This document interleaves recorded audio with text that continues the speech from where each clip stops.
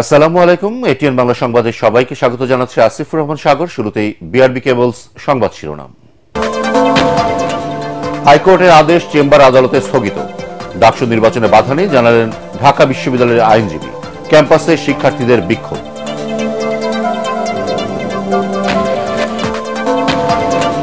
সুষ্ঠু নির্বাচনের মাধ্যমে গণতন্ত্র প্রতিষ্ঠায় এখন বিএনপির বড় চ্যালেঞ্জ। প্রতিষ্ঠা বার্ষিকীতে জিয়ার সমাধিতে শ্রদ্ধা শেষে মির্জা ফখরুল।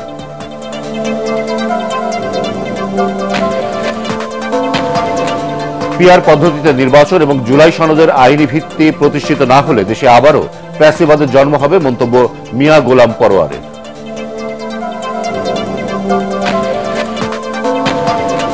এবং তত্ত্বাবধায়ক সরকার কিংবা জরুরি অবস্থা জারির আলোচনা গুজব জানালেন আইন উপদেষ্টা। ফেব্রুয়ারিতে নির্বাচন দিতে প্রতিশ্রুতিবদ্ধ সরকার।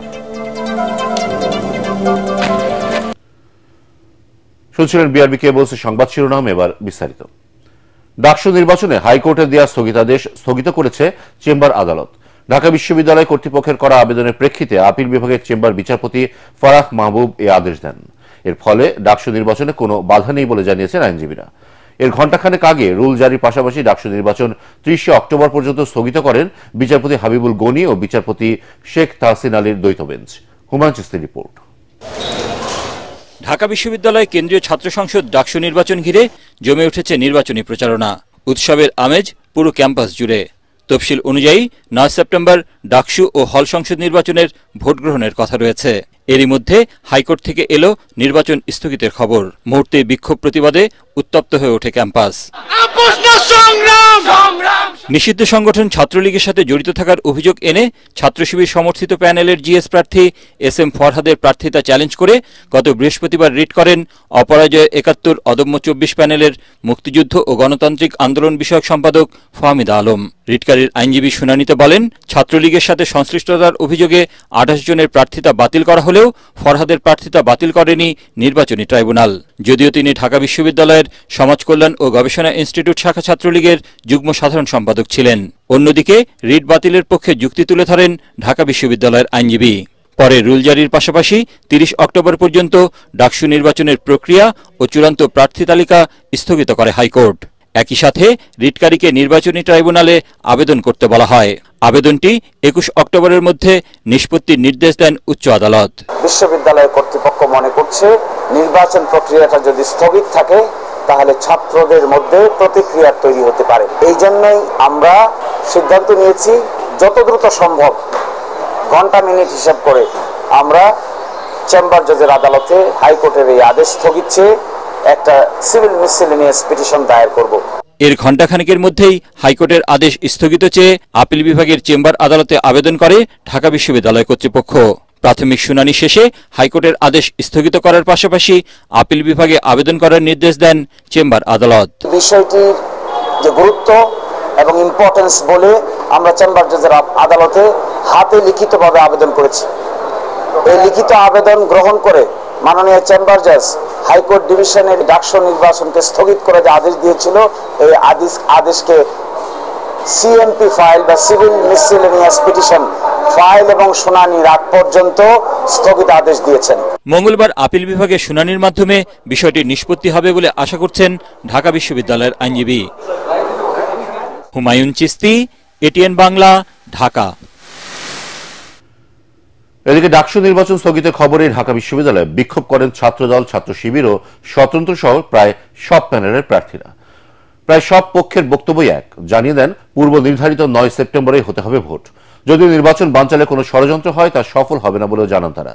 পরে হাইকোর্টের রায় চেম্বার আদালতে স্থগিত করা হলেও ক্যাম্পাসে মিছিল করেন সবাই। রিপোর্ট করছেন আদ্দিন সজীব। ঢাকা বিশ্ববিদ্যালয়ের শান্ত পরিবেশটা হঠাৎ করেই উত্তপ্ত। গণমাধ্যমের ব্রেকিং নিউজ, স্থগিত কেন্দ্রীয় ছাত্র সংসদ নির্বাচন। এরপরেই ফেটে পড়ে সবাই। কথা একটাই, 9 তারিখেই হতে হবে ডাকসু নির্বাচন। ইসলামী ছাত্র শিবির, গণতান্ত্রিক ছাত্র সংসদ, স্বতন্ত্র ও বাম সংগঠনের প্রার্থীরা তাৎক্ষণিক বিক্ষোভ মিছিল শুরু করে ডাকসুর সামনে থেকে। যেন সব পক্ষই তখন এক সারিতে, এক দাবিতে, এক মিছিলে। যারা আমাদের এই আসন্ন ডাকসু নির্বাচনকে বানচাল করার ষড়যন্ত্রে লিপ্ত হয়েছিল তাদেরকে শিক্ষার্থীরা আগামী 9 সেপ্টেম্বর লাল কার্ড দেখাবে। এই ডাকসু নির্বাচনকে কেন্দ্র করে যারা বিভিন্ন হল পর্যায়ে এবং কেন্দ্রে বিভিন্ন জায়গায় নির্বাচনের প্রস্তুতি নিচ্ছিলেন তাদের প্রতি আহ্বান থাকবে, আপনারা কোনো প্রকার বিভ্রান্ত হবেন না। এর মধ্যে হাইকোর্টের রায় স্থগিতের খবর এলেও বিক্ষোভ করে ছাত্রদলও। স্লোগানেই জানিয়ে দেয় নির্বাচন হতে হবে 9 তারিখেই। আমাদের প্রচার কার্যক্রম এখান থেকে আবার আমরা রুট টু রুট ফিরে যাব, হল টু হল ফিরে যাব। নির্বাচন হবে, নির্বাচন হবে, নির্বাচন হতে হবে। তবে সকালের চিত্রটা ছিল ভিন্ন রকম এক উৎসবের আমেজ, যেখানে সব প্রার্থীরা পাশাপাশি নির্বাচনী প্রচারণায় ব্যস্ত। শিক্ষার্থীরাও স্বতঃস্ফূর্তভাবে সব পক্ষের আশ্বাস শুনছেন, নিচ্ছেন ভোটের প্রস্তুতিও। আমরা মনে করি যে ডাকসু নির্বাচনকে প্রশ্নবিদ্ধ করার জন্য যদি কোনো একটা সার্টেন গোষ্ঠী কাজ করে যেটার জবাব শিক্ষার্থীরা দিবে, আমরা তাদের সাথে থাকবো। বিভিন্ন ক্যান্ডিডেট কিন্তু বিভিন্ন সময়ে নানাভাবে আচরণবিধি লঙ্ঘন করে যাচ্ছে। ভয় সংস্কৃতিকে আবার কোনোভাবে মাথা চাড়া দিয়ে উঠতে দেওয়া যাবে না। পরে বিকেলে নির্বাচনী ইস্তেহার ঘোষণা করে ইসলামী ছাত্র শিবির। এখানে আমরা যে 36টা রিফর্মের কথা বলেছি, সেই রিফর্মগুলো কোন মাসে কোন কাজটা আমরা করব, সেটার এক্সিকিউটিভ প্ল্যানটা আমাদের করা শেষ। শিক্ষার্থীদের বিশ্বাস, মতপার্থক্য থাকলেও জুলাই বিপ্লবের আকাঙ্ক্ষা বাস্তবায়নে সব পক্ষই এক থাকবে। জুলাই গণঅভ্যুত্থানের পরে ঢাকা বিশ্ববিদ্যালয় ক্যাম্পাসে ভয় ডরহীন এক দারুণ পরিবেশ তৈরি হয়েছে। কথার তর্ক থাকলেও পাশাপাশি প্রচার প্রচারণা চালাচ্ছেন প্রায় সব প্যানেলের প্রার্থীরা। এটাকে ইতিবাচকভাবে দেখে সাধারণ শিক্ষার্থীরা বলছেন এমন পরিবেশ যেন বজায় থাকে শেষ দিন পর্যন্ত। আদিন সজীব, এটিএন বাংলা, ঢাকা বিশ্ববিদ্যালয়। ডাকসু নির্বাচন ঘিরে বিশ্ববিদ্যালয় কর্তৃপক্ষকে জড়িয়ে অবান্তর কথা বলে বিতর্ক উৎসকে না দিয়ে প্রার্থীদের ঐক্য ধরে রাখার আহ্বান জানিয়েছেন ঢাকা বিশ্ববিদ্যালয়ের উপাচার্য ডক্টর নিয়াজ আহমেদ। রাতে এক প্রেস ব্রিফিংয়ে তিনি বলেন, ডাকসু নির্বাচন একটি চ্যালেঞ্জিং প্রক্রিয়া, এখানে বাধা আসবেই। অংশীজনদের সাথে বিস্তারিত কথা বলেই মাঠে নেমেছে বিশ্ববিদ্যালয়ের প্রশাসন। ভোট স্থগিতের রায় স্থগিত হয়েছে, ফলে ভোট নির্দিষ্ট সময়ে হবে। ডাকসুর এই পদযাত্রা আমাদের এই মুহূর্তে ঐক্য ধরে রাখা একান্ত দরকার। অবান্তর কথাবার্তা বলা যাবে না। পারস্পরিক কাটাছুড়াছুড়ি বন্ধ করে মূল জায়গায় ফোকাস রাখতে হবে। আমাদের যারা প্রার্থী আছেন, আমাদের যারা ভোটার আছে, ধৈর্যের সাথে সহনশীলতার সাথে মাথা ঠান্ডা রেখে যাবতীয় বিভিন্ন রকম বাধা বিপত্তি ষড়যন্ত্র মোকাবেলা করে আমাদের এগোতে হবে। ফেব্রুয়ারিতে সুষ্ঠু নির্বাচনের মাধ্যমে দেশের গণতন্ত্রের প্রতিষ্ঠা এখন বড় চ্যালেঞ্জ বলে জানিয়েছেন বিএনপি মহাসচিব মির্জা ফখরুল ইসলাম আলমগীর।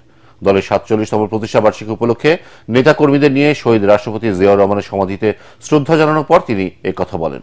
মির্জা ফখরুল বলেন, বিএনপিকে বারবার ধ্বংস করার চেষ্টা হলেও ফিনিক্স পাখির মতো জেগে উঠেছে দল। কামরুজ্জামান রাজীবের রিপোর্ট। প্রতিষ্ঠা বার্ষিকী উপলক্ষে বাধাহীন পরিবেশে রাজধানীর জিয়া উদ্যানে নেতাকর্মীদের এই বাঁধ ভাঙা উপস্থিতি। দলের প্রতিষ্ঠাতা জিয়াউর রহমানের সমাধিতে শ্রদ্ধা জানাতে আসা হাজারো নেতাকর্মীর এই ঢল। মিছিল স্লোগানে মুখরিত হয়ে ওঠে পুরো এলাকা। নেতাকর্মীদের উদ্দীপ্ত উচ্চারণ, সব ষড়যন্ত্রের জাল ছিন্ন করে অব্যাহত থাকবে বিএনপির সংগ্রাম, সাফল্য আর গৌরবের অগ্রযাত্রা। অবাধ সুষ্ঠু নির্বাচন নিশ্চিত করা এবং এই নিশ্চিতকরণের মধ্যে দিয়ে আমাদের আইনের শাসন, ন্যায় বিচার এবং সংবাদপত্রের স্বাধীনতাকে পুনরুজ্জীবিত করা, সেগুলোকে নিশ্চিত করা, এটাই হচ্ছে আমাদের আজকের অঙ্গীকার। যত রকম ষড়যন্ত্র আসুক না কেন, ইনশাআল্লাহ আমরা এটাকে মোকাবেলা করবই এবং আমরা ঐক্যবদ্ধ থাকব। দলের প্রতিষ্ঠা বার্ষিকীর দিনটিতে নেতাকর্মীদের চোখে মুখে ছিল নতুন আশার আলো, কণ্ঠে ছিল গণতন্ত্র প্রতিষ্ঠার মাধ্যমে নতুন দেশ গড়ার প্রত্যয়। আমরা সকল ষড়যন্ত্র মোকাবেলা করে ইনশাআল্লাহ বাংলাদেশের মানুষের যে 15 বছরের যে আশা আকাঙ্ক্ষা, একটি অবাধ সুষ্ঠু নিরপেক্ষ নির্বাচন, সেই নির্বাচনকে ইনশাআল্লাহ আমরা সফলভাবে শেষ করব। আগামী দিনে ইনশাআল্লাহ আমাদের বিএনপি ভারপ্রাপ্ত চেয়ারম্যান জনাব তারেক রহমানের নেতৃত্বে আমাদের দল এগিয়ে যাবে। দলের সিনিয়র নেতাদের নিয়ে জিয়ার সমাধিতে শ্রদ্ধা জানান বিএনপি মহাসচিব মির্জা ফখরুল ইসলাম আলমগীর। দেশ ও জাতিকে সংকট থেকে উত্তরণে মোনাজাতে অংশ নেন সর্বস্তরের নেতাকর্মী। পরে বিএনপি মহাসচিব বলেন, জিয়াউর রহমান জাতীয়তাবাদের দর্শনের মাধ্যমে রাজনীতিতে আমূল পরিবর্তন নিয়ে এসেছিলেন। বিএনপিকে বারবার ধ্বংসের চেষ্টা হয়েছে, কিন্তু প্রতিবারই গণতন্ত্র রক্ষায় জিয়ার আদর্শ নিয়ে জেগে উঠেছে বিএনপি। বিএনপি গণতন্ত্রকে পুনরুদ্ধারের জন্য দীর্ঘ সংগ্রাম করেছে, বারবার চেষ্টা করা হয়েছে বিএনপিকে ধ্বংস করে ফেলবার, কিন্তু বিএনপি পুলিশ পাখির মতো উপজেলার এই আদর্শকে নিয়ে, রহমানের আদর্শকে নিয়ে, খালেদা জিয়ার আদর্শকে নিয়ে জেগে উঠেছে। মির্জা ফখরুল বলেন, সব ষড়যন্ত্র মোকাবেলা করে জাতীয় নির্বাচন সফল করাই বিএনপির মূল লক্ষ্য।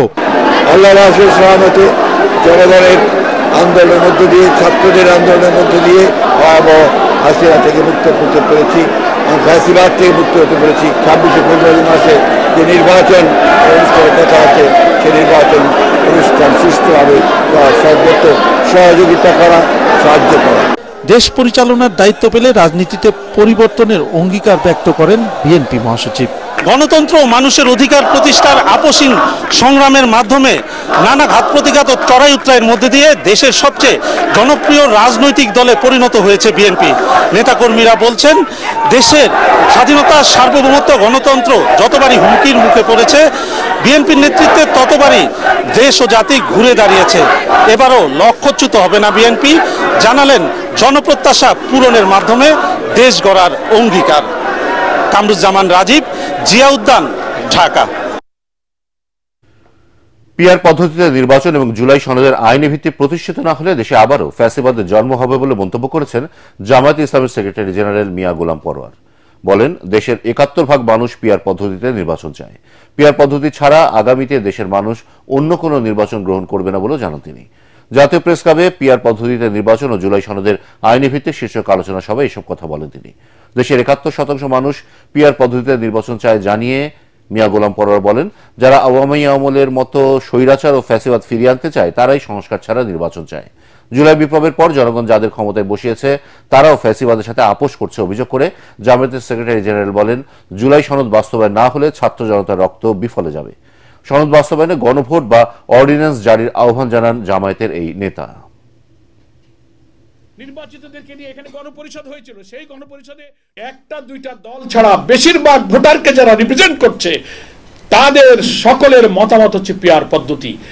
আজকের এই গোল টেবিল থেকে আমি দাবি করব, এটা নিয়ে কনফিউশন দূর করার জন্য ইলেকশন কমিশনকে বলবো, চিফ অ্যাডভাইজারকে বলবো, প্রয়োজনে জুলাই সনদে ঐক্যমতের ইস্যুগুলো পিআর পদ্ধতি যুক্ত করে আপনি এটাকে গণভোটে দিয়ে দেন, জনগণ যা ভোট দেবে আমরা তাই মেনে নেব।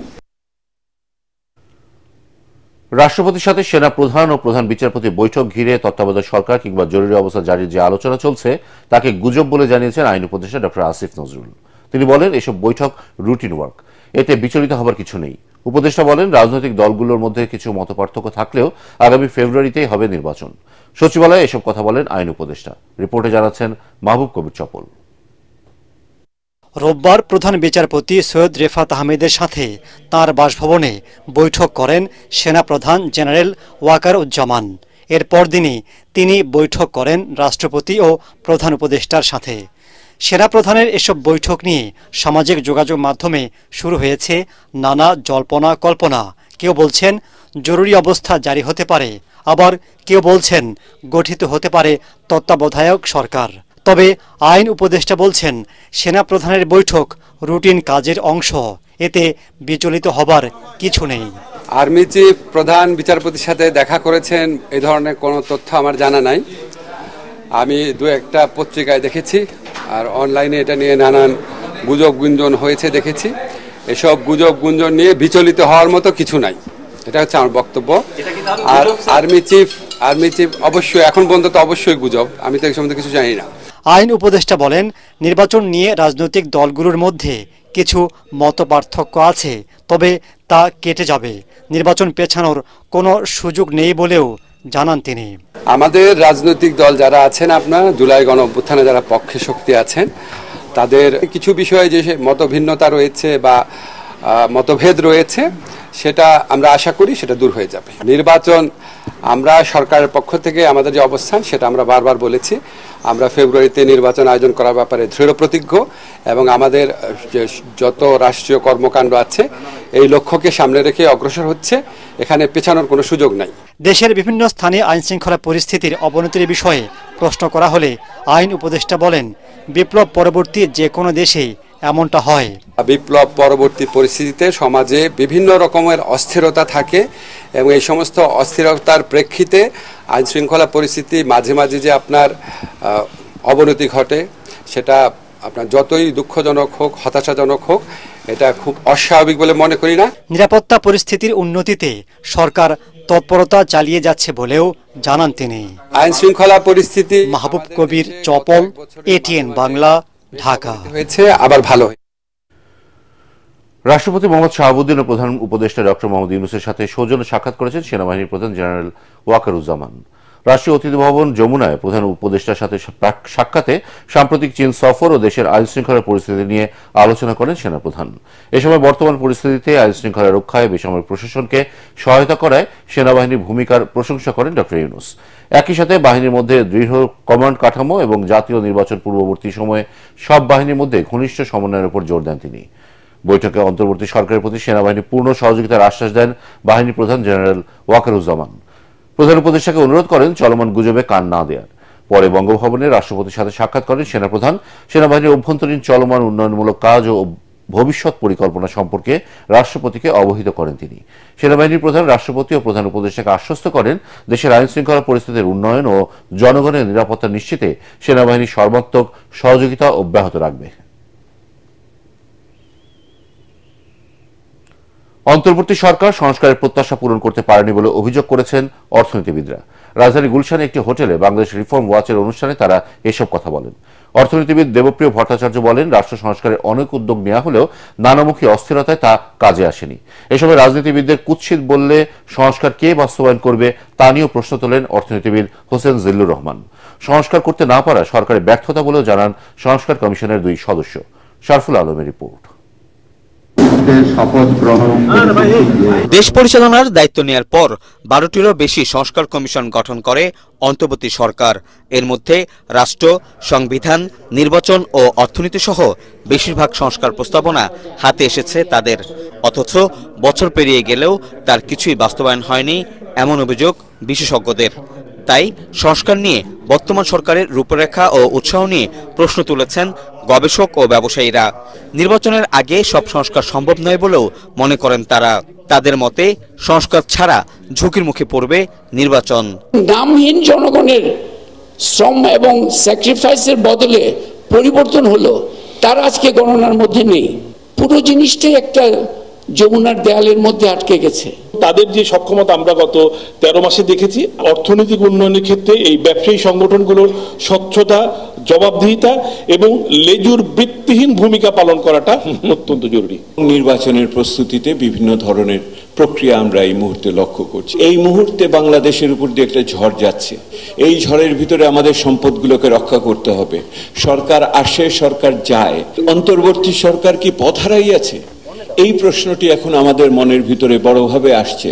যেসব সংস্কারে সংবিধান পরিবর্তনের প্রয়োজন নেই, সেগুলো কেন এখনো বাস্তবায়ন করা হচ্ছে না সে বিষয়ে ব্যাখ্যা চান বিশেষজ্ঞরা।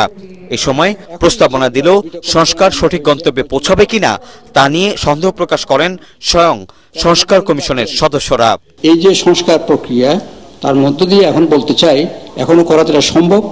নির্বাচনের আগে আরো 5টা মাস সময় রয়ে গেছে। এই 5টা মাসও যদি সরকার আন্তরিক হয়, আমরা যদি সবাই চাপ প্রয়োগ করতে পারি সঠিক জায়গায়, তাহলে এখনো কিন্তু অনেক কাজ করার আছে। নির্বাচনটা যদি যে গ্রহণযোগ্য হয়, সেই জন্য আমাদের এই সিজন ওয়াচের সেটাই অগ্রাধিকার হওয়া উচিত। কারণ এগুলো আমাদের অবশ্যই আমাদের হইতে হবে। আমরা যদি সোচ্চার না হই, তাহলে অতীতে যা ঘটেছে তাই হবে। নাগরিকদের মতামতের ভিত্তিতে সব সংস্কার বাস্তবায়নের তাগিদ দেন বিশেষজ্ঞরা। শারফুল আলম, এটিএন বাংলা, ঢাকা। এবারে জানিয়ে দেব খেলার খবর।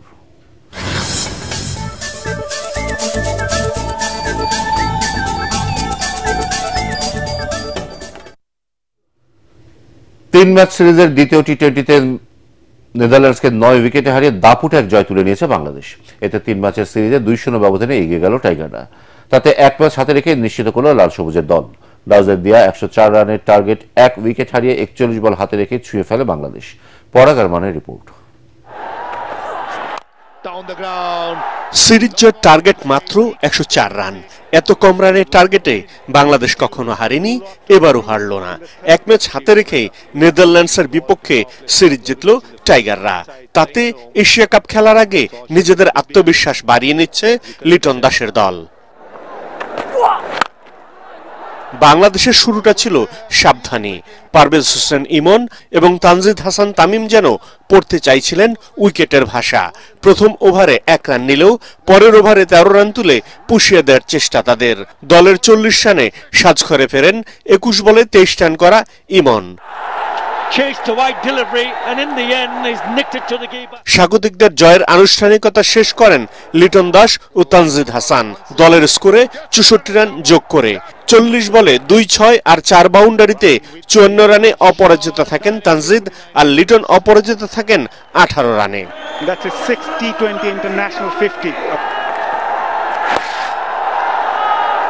এর আগে টস হেরে ব্যাটিংয়ে নেমে বিপর্যয়ে পড়ে নেদারল্যান্ডস। নিয়ন্ত্রিত বোলিংয়ে সফরকারীদের বোকা বানাতে থাকেন দুর্দান্ত ফর্মে থাকা বাংলাদেশের বোলাররা। একাদশে সুযোগ পেয়ে নিজের প্রথম ওভারের দ্বিতীয় বলে ম্যাক্স ওডাউড এবং তৃতীয় বলে তেজা নিদামানুরুকে সাজঘরে ফেরত পাঠান নাসুম আহমেদ। শেষ দিকে হাল ধরেন আরিয়ান দত্ত। 24 বলে 30 রান করে শেষ ব্যাটার হিসেবে আউট হন তিনি। 21 রানে 3 উইকেট শিকার করেন নাসুম আহমেদ। 2টি করে উইকেট পান মুস্তাফিজ এবং তাসকিন আহমেদ। পরাগানমান, এটিএন বাংলা। একটি ঘোষণা। এটিএন বাংলার নাম ব্যবহার করে সাংবাদিক পরিচয় কতিপয় ব্যক্তির বিরুদ্ধে সংবাদ সংগ্রহের নামে দেশের বিভিন্ন স্থানে চাঁদাবাজির অভিযোগ পাওয়া যাচ্ছে। এ ধরনের চাঁদাবাজ ও ভুয়া নাম ব্যবহারকারীদের নিকটস্থ থানায় সোপর্দ করার জন্য অনুরোধ জানাচ্ছে এটিএন বাংলা কর্তৃপক্ষ। এছাড়াও প্রতিষ্ঠানটিতে সাংবাদিক ও জনবল নিয়োগের ভুয়া বিজ্ঞাপন দিয়ে একটি চক্র প্রতারণা করছে। বর্তমানে এটিএন বাংলায় কোনো ধরনের নিয়োগ প্রক্রিয়া চলছে না। নিয়োগ নিয়ে কারোর সাথে আর্থিক লেনদেন না করার অনুরোধ জানাচ্ছে এটিএন বাংলা কর্তৃপক্ষ। শেষ করার আগে বিআরবি কেবল সংবাদ শিরোনাম আরো একবার। হাইকোর্টের আদেশ চেম্বার আদালতে স্থগিত। ডাকসু নির্বাচনে বাধা নেই জানালেন ঢাকা বিশ্ববিদ্যালয়ের আইনজীবী। ক্যাম্পাসে শিক্ষার্থীদের বিক্ষোভ।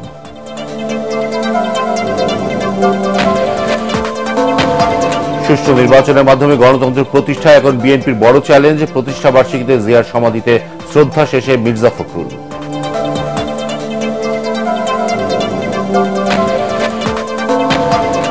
পিআর পদ্ধতিতে নির্বাচন এবং জুলাই সনদের আইনি ভিত্তি প্রতিষ্ঠিত না হলে দেশে আবারও ফ্যাসিবাদের জন্ম হবে, মন্তব্য মিয়া গোলাম পরোয়ারের।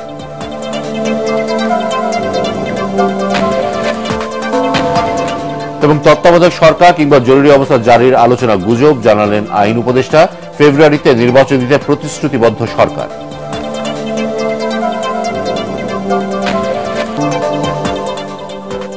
পরবর্তী সংবাদ দেখার আমন্ত্রণ জানিয়ে এখনকার মতো শেষ করছে। এটিএন বাংলা সংবাদ ইউটিউবে দেখে ব্রাউজ করুন youtube/ATN Bangla News।